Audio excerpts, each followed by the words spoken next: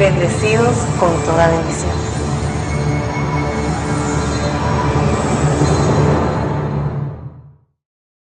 Saudações a todos os nossos fiéis fazedores da lei, os que praticam a verdade e se aproximaram da luz, para que se veja claramente que fizeram suas obras em obediência a Deus. Que lindo, aleluia! Que notícia mais formosa! A que nos compartilhou seu irmão Rafael Damaris, sobre o dono da emissora Cima, o senhor Lince Castillo e sua esposa, que me agradeceram por ter usado sua emissora para que os demais ouvissem essa palavra de verdade que traz gozo e paz. Digo a Lince e sua esposa, que agora são minhas ovelhas e meus filhos, que estou agradecida a eles em ser dóceis à voz de seu Senhor, e por ser humildes em ter recebido com tanto amor seus irmãos, os santos anjos, César Laila e Luiz Maribel, que com tanta diligência e amor investiram para que esse evangelho eterno chegue aos demais. Graças, filhos fiéis e a Lince e sua esposa, bem-vindos à vida eterna. Aleluia! No tema de hoje, os sinais antes do fim, vamos compartilhar evidências contundentes sobre o fim que se menciona na Bíblia. O sistema religioso pensa que quando Cristo entregar o reino a Deus Pai, será para deixar o planeta Terra desolado e ir para um lugar no céu bem lindo e místico. Hoje vou te levar à verdade sobre esse fim e os sinais que vocês verão quando este fim estiver próximo. Comecemos lendo o que Cristo diz sobre os sinais antes do fim, em Mateus 24, do 1 em diante. Quando Jesus saía do templo, seus discípulos lhe mostraram os diversos edifícios do templo. Nesses versículos, esses edifícios são figuras da mente do homem terrenal, ou seja, o lugar santo, que é a primeira parte do tabernáculo, que figurativamente é o velho pacto, ou o que se edificou na anterior dispensação. Agora, por trás desse véu está a parte do tabernáculo, chamado o lugar santíssimo, que é onde nós estamos com Melquisedeque. Se lembram quando o véu do templo se rasgou em dois, de cima a baixo, e a terra tremeu e as rochas se partiram? Ao entrar nessa nova dispensação, é que esse véu se rasgou, já que era o que dividia as duas dispensações. O regime velho da letra, onde estávamos até 18 de novembro de 2013, e o regime novo do Espírito, onde estamos agora com Cristo Lisbeth. Porém, ele lhes respondeu: Vêm todos esses edifícios? Lhes digo a verdade, serão demolidos por completo. Não ficará uma só pedra sobre outra. Isso significa que destruirei esse templo completamente e começarei de novo, quando estabelecer o borrão e conta nova. Sempre devemos lembrar que Deus é Espírito, e quando fala, não pode pensar em um edifício de cimento, senão na mente do homem, que é onde mora Deus. Por isso diz na carta aos Efésios 4, do 22 ao 24. Quanto à vida que antes levavam, lhes foi ensinado que deviam despir-se da roupagem da velha natureza, a qual está corrompida pelos desejos enganosos, ser renovados na atitude de sua mente e colocar a roupagem da nova natureza, criada à imagem de Deus em verdadeira justiça e santidade. A isso se refere Cristo, quando diz que esses edifícios seriam demolidos por completo. Claro, porque para você poder ser a imagem e semelhança de Deus, Melquisedeque Lisbeth, tem que nascer de novo. Se vê a letra, vai pensar como Nicodemos, que não entendeu isso? Vejamos essa conversa entre ele e Cristo, em João 3, do 1 ao 6. Havia entre os fariseus um líder dos judeus chamado Nicodemos. Este foi de noite visitar Jesus. Rabi, lhe disse, sabemos que és um mestre, que veio de parte de Deus, porque ninguém poderia fazer os sinais que tu fazes se Deus não estivesse com ele. Em verdade te asseguro que quem não nascer de novo não pode ver o reino de Deus, disse Jesus. Como pode alguém nascer de novo, sendo já velho? Perguntou Nicodemos. Acaso pode entrar pela segunda vez no ventre de sua mãe e voltar a nascer? Eu te asseguro que quem não nascer da água e do Espírito não pode entrar no reino de Deus, respondeu Jesus. O que nasce do corpo é corpo, o que nasce do Espírito é Espírito. Lhes digo que as virgens insensatas e todo aquele que não nascer de novo não poderá entrar no reino de Deus? Todo ser humano que quer estar no lugar santíssimo, onde Deus faz morada, tem que aceitar o borrão e conta nova que eu ofereço e assim derrubar esse velho homem que está corrompido e jamais olhar para trás, para a velha maneira de viver. Por isso nem todos podem entrar pela porta estreita, porque preferem estar nas trevas, nos deleites de curta duração, ou seja, na morte, ao invés de querer andar na luz para achar vida eterna. Em Apocalipse, Cristo diz: Eu sou o Alfa e o Ômega, o princípio e o fim, o primeiro e o último. Isso nos indica que eu sou o princípio onde começa toda a criação de Deus e o fim desse corpo pecaminoso carnal. Agora sigamos no versículo 3 de Mateus 24. Mais tarde, Jesus se sentou no Monte das Oliveiras. Em outro tema, vou lhes mostrar quem são as oliveiras. Seus discípulos se aproximaram em particular e lhe disseram: Dize-nos, quando acontecerá tudo isso? Que sinal marcará teu regresso e o fim do mundo? Jesus lhes disse: Não deixem que ninguém vos engane, porque muitos virão em meu nome e afirmarão: Eu sou o Messias, e enganarão a muitos. Eu quero que saibam que esses muitos que vêm em meu nome afirmando que são o enviado por Deus, são todos os chamados pastores no mundo, que pregam sobre Cristo. A frase "Eu sou o Messias" é figura dos que dizem ser os enviados por Deus. Você os escuta dizendo: Eu hoje trago palavra de Deus. O Senhor me falou. E quando terminam de falar mentiras porque Deus não os enviou, dizem: Até aqui nos trouxe o Senhor. Mentirosos, enganadores! Deus não os enviou.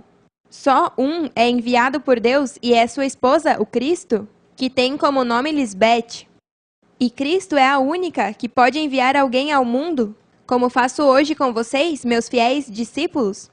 Você acha que vamos enviar a homens infiéis, ventrudos e altivos ao mundo, para pregar e reunir nossas ovelhas? Jamais! Deus só envia homens humildes, de coração limpo e puro, que sabem amar como Deus ama. Só Cristo e seus santos anjos podem falar e todos os demais têm que calar a boca e nos escutar. Vocês são os únicos enviados para salvar o mundo. Ouvirão de guerras e de ameaças de guerras, mas não se deixem levar pelo pânico. É verdade, essas coisas devem acontecer, mas o fim não virá imediatamente depois. Essas guerras e ameaças de guerras é a batalha no Armagedon, onde pelejamos contra o inimigo. Mas essa guerra foi uma guerra de amor e de verdade, já que com o amor e a verdade é que vencemos o irmão mais velho, a mente carnal. Notem como diz, mas o fim não virá imediatamente depois, que é exatamente o que vivemos. A guerra veio no princípio, assim que entramos nessa dispensação, e ainda falta terminar os 3 dias para poder ver o fim. Para a audiência nova, essas guerras e ameaças de guerras não são as que vemos ao redor do mundo entre países. A Bíblia foi escrita para os espirituais, e não para os homens carnais que não entendem as coisas do Espírito. Uma nação entrará em guerra contra outra, e um reino contra outro reino. Haverá fome e terremotos em muitas partes do mundo. Nação contra nação e reino contra reino. Tudo é na mente do homem. Quando as pessoas veem que diz guerra, imediatamente pensam em bombas atômicas e metralhadoras. Mas as armas de nossa milícia não são carnais. A nossa guerra é a que diz na segunda carta aos Coríntios, 10, do 3 ao 5. Somos humanos, mas não lutamos como fazem os humanos. Usamos as armas poderosas de Deus, não as do mundo, para derrubar as fortalezas do raciocínio humano e para destruir argumentos falsos. Destruímos todo obstáculo de arrogância que impede que as pessoas conheçam a Deus. Capturamos os pensamentos rebeldes e ensinamos as pessoas a obedecer a Cristo. Agora, também no versículo 7 de Mateus 24, lemos que haverá fome. E está se referindo à fome espiritual, porque não comerão do pão de vida, que é Cristo Lisbete. Isso é para que vejam como se cumpre tudo o que está escrito na Bíblia sobre o povo de Deus e os desobedientes. Nos versículos que vamos ler agora, vão ver como as virgens insensatas e os demais Falam e falarão assim de Deus e de vocês, nossos profetas, em Jeremias 5, do 11 ao 19. Os povos de Israel e Judá estão cheios de traição contra mim, diz o Senhor. Mentiram sobre o Senhor e disseram: Ele não nos molestará, nenhum desastre virá sobre nós. Não haverá guerra nem fome. Todos os profetas de Deus são pura falação. Na realidade, não falam da parte dele.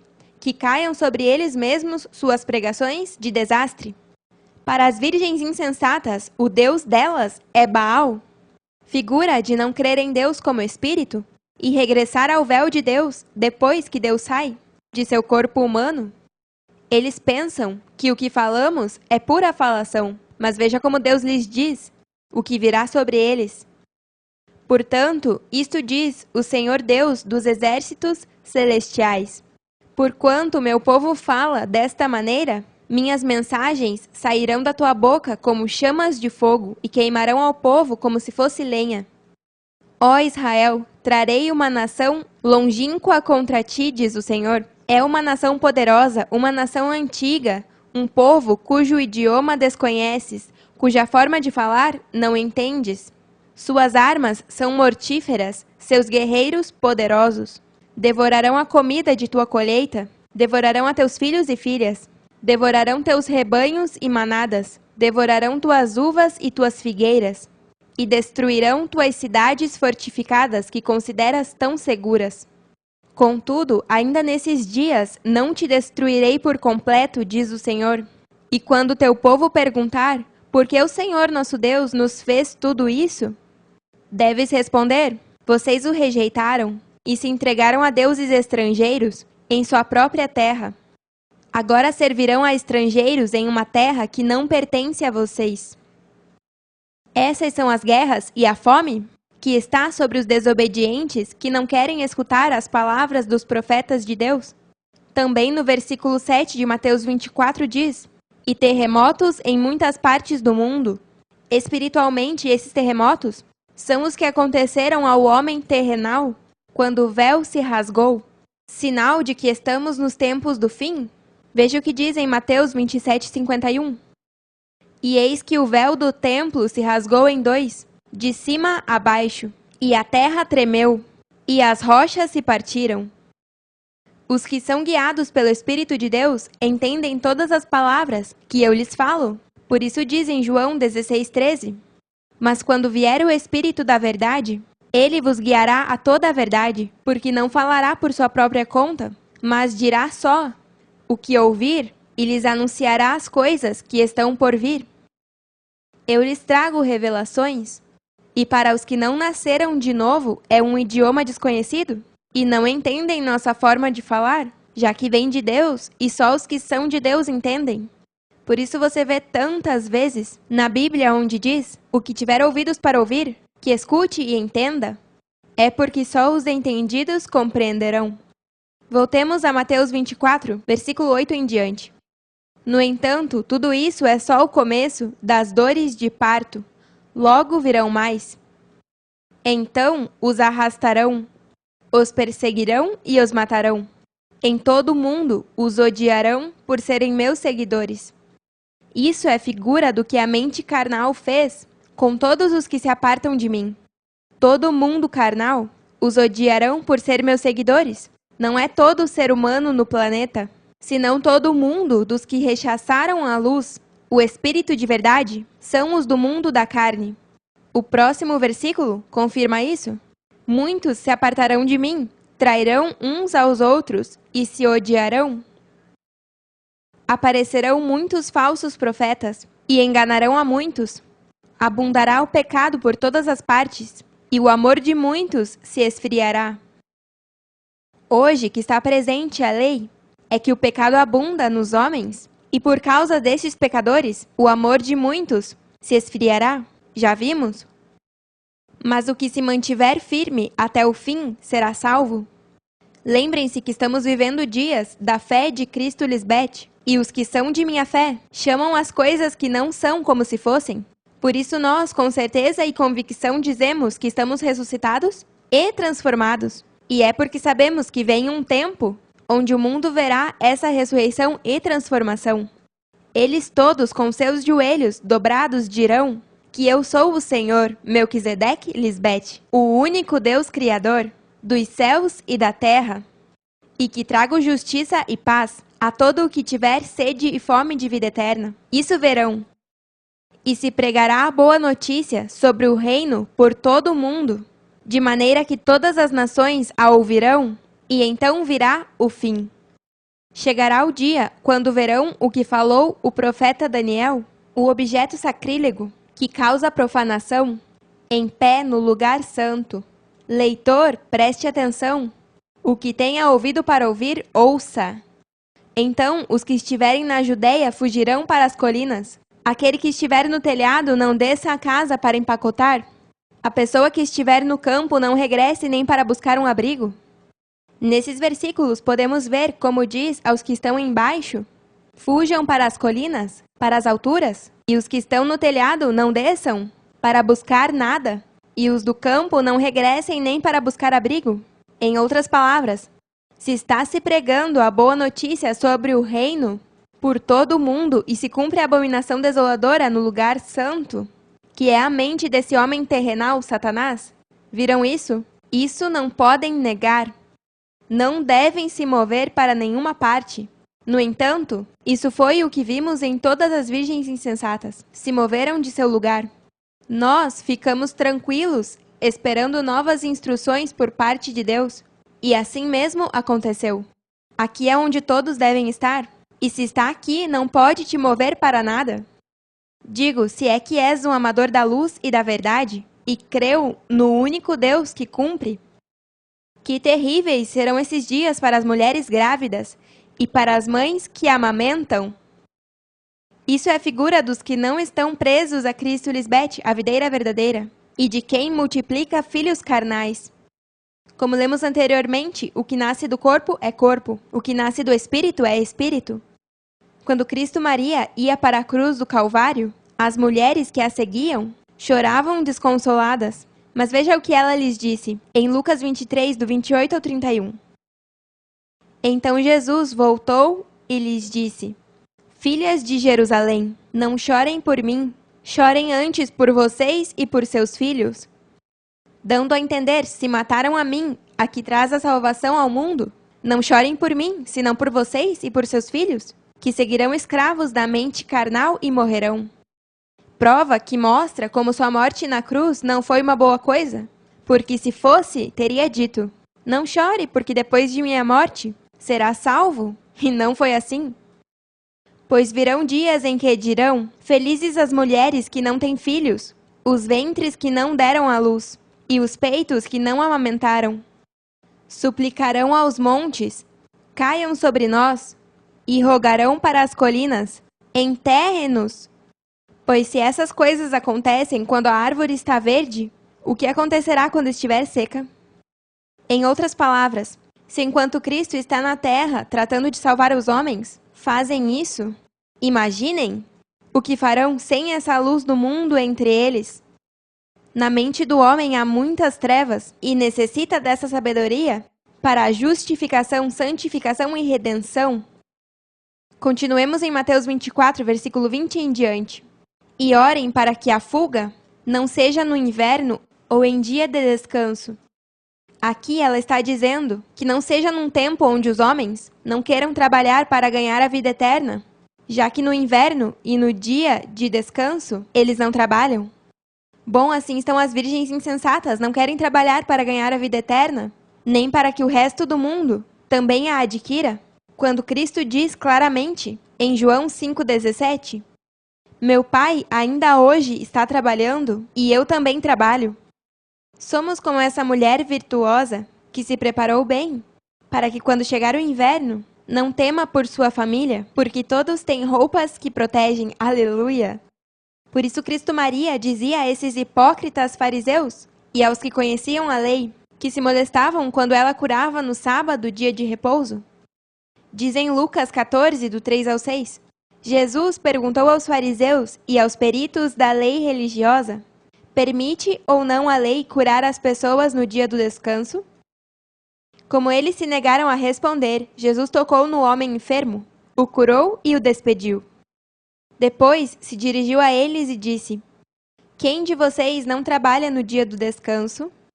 Se teu filho ou teu boi cair em um poço, por acaso não corres para tirá-lo? E mais uma vez eles não puderam responder. As virgens insensatas estão como essas pessoas que não querem fazer nada?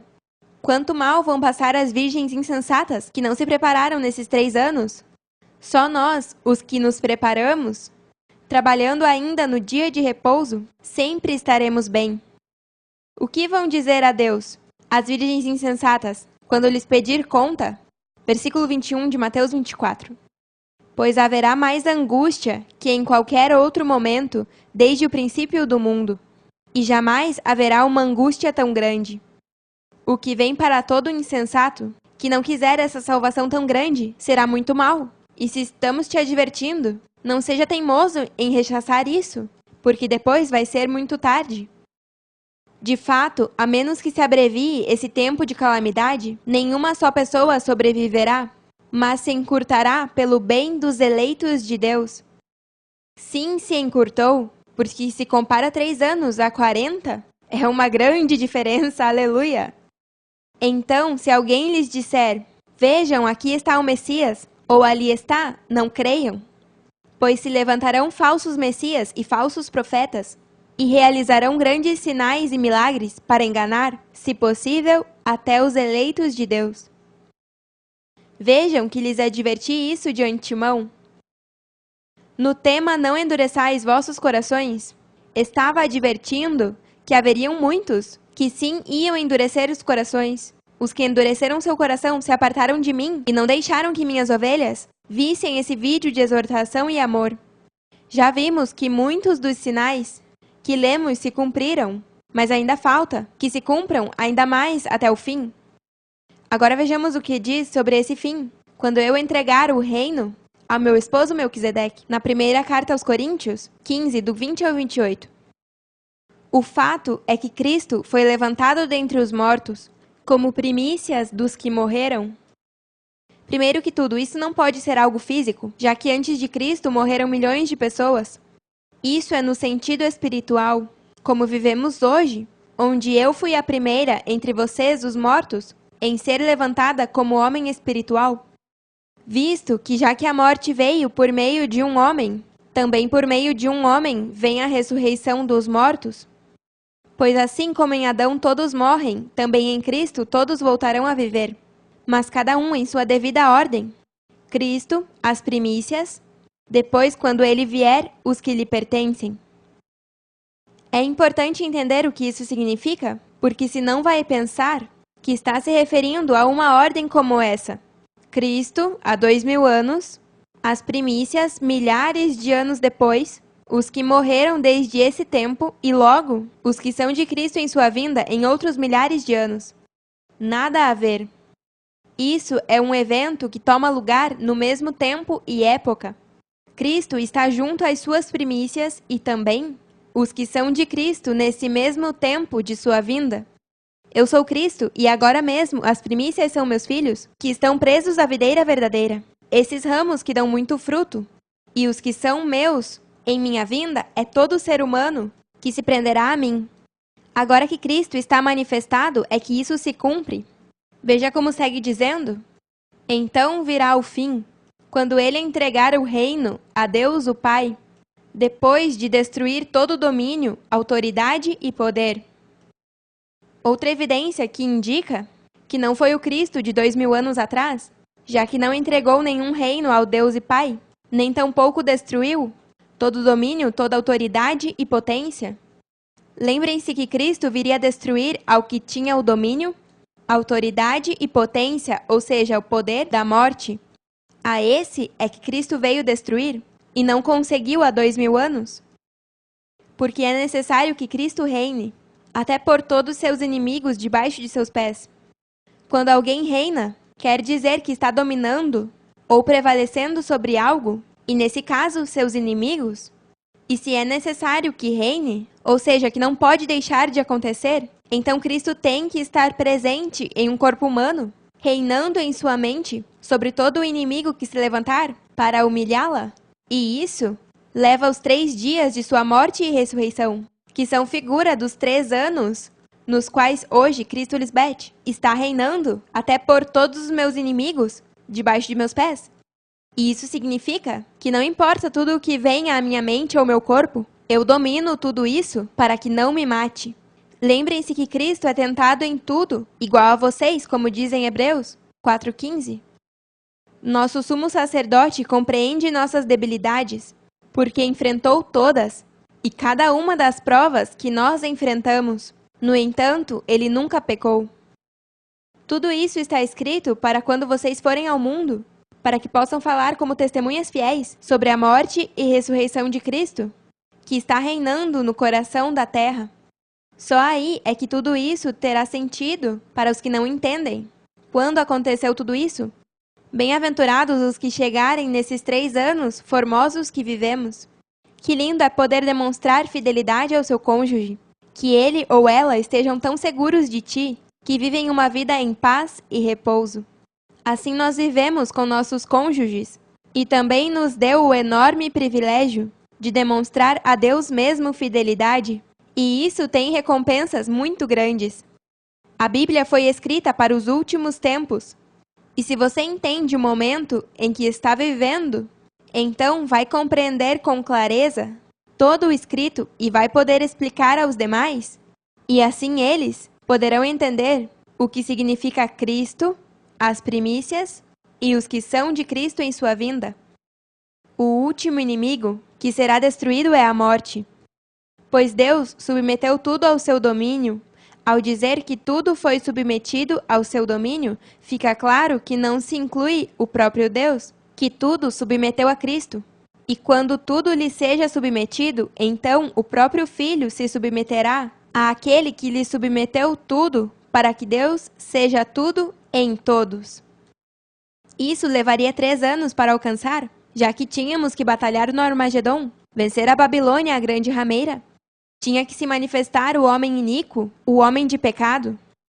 Ir resgatar as ovelhas perdidas da casa de Israel e também os discípulos de Cristo teriam que ser enviados ao mundo para reunir as ovelhas do outro redil.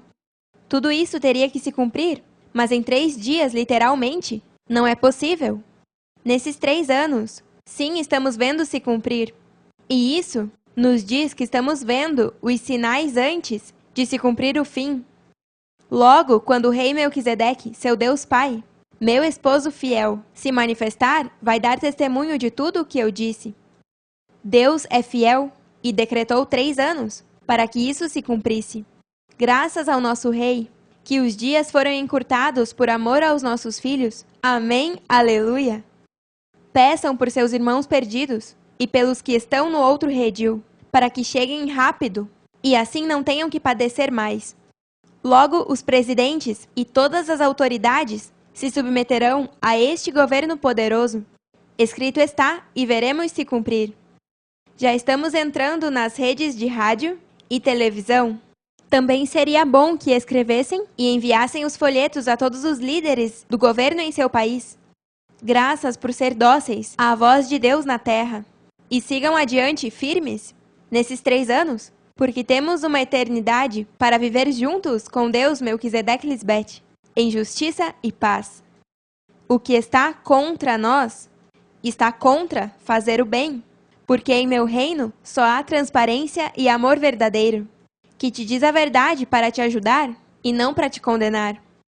Eu não poderia viver eternamente com uma pessoa que me oculte coisas ou que eu não possa dizer a verdade. Ninguém pode viver assim e muito menos viver assim eternamente. Só aqui se vive a verdade. E não deixem que nada os mova de sua maneira de pensar. Vocês são valentes e não olham para os lados, mas sim seu olhar está firme em seu Deus Melquisedeque Lisbeth, o que cumpre tudo o que promete. Os amamos eternamente e nos vemos em breve.